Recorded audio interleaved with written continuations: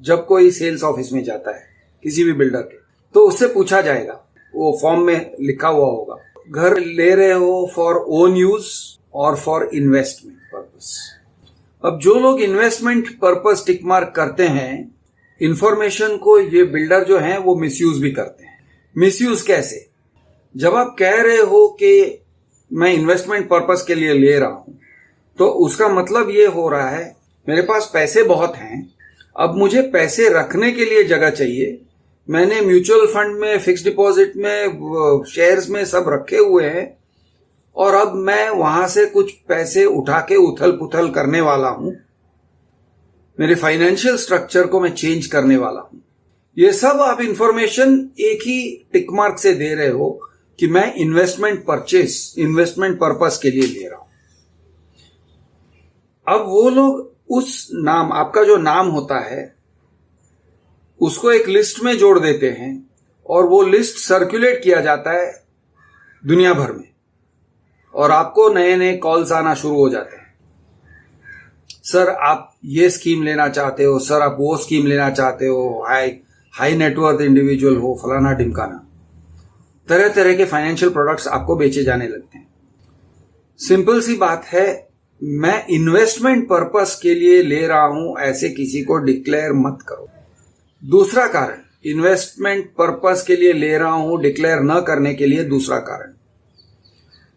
कारण यह है कि कई बार ऐसे हुआ है कि जो बंदा कंज्यूमर कोर्ट में पहुंचता है क्योंकि बिल्डर ने उसे टाइम पे डिलीवरी नहीं दिया या बिल्डर ने उसे स्क्वायर फीट कम दी, और वो पहुंचता है कोर्ट में, तो कोर्ट में बिल्डर कहता है कि ये आदमी बायर नहीं है, ये आदमी इन्वेस्टर है। कोर्ट को कंफ्यूज करने लगता है और ये बंदा भी कंफ्यूज हो जाता है। अगर उसे क्लियर डिफरेंस पता नहीं है तो वो कंफ्यूज हो जाता है। वो कहता है हाँ मैं इन्वेस्टर तो हूं। और कोर्ट में बहुत सारे गधे जज बैठे हुए होते हैं जिनको कोई या तो अक्ल दौड़ाना आता नहीं है या अक्ल दौड़ाते नहीं है क्योंकि बिल्डर ने उनको पैसे दे दिए। ये लोग ऐसे ऐसे ऑर्डर लिख देंगे कि हाँ लेकिन वो इन्वेस्टमेंट पर्पस के लिए है, he is not a buyer, he is not a consumer. भाई साहब आप पैसे दे रहे हो, वो प्रोडक्ट दे रहा है, प्रोडक्ट को लेके बंद करके उसको बेचने की मंशा से ले रहे हो या आप उसके अंदर जाके रहोगे या आप उसके अंदर कोई एक्टिविटी करोगे, ये बात से बिल्डर को कोई मतलब नहीं है। You are a buyer, he is a seller. Investment का कोई इंस्ट्रूमेंट नहीं बेच रहा था, वो एक फ्लैट बेच रहा था, यानी वो कोई स्कीम नहीं बेच रहा था जिसमें आप इन्वेस्टमेंट करने जा रहे थे।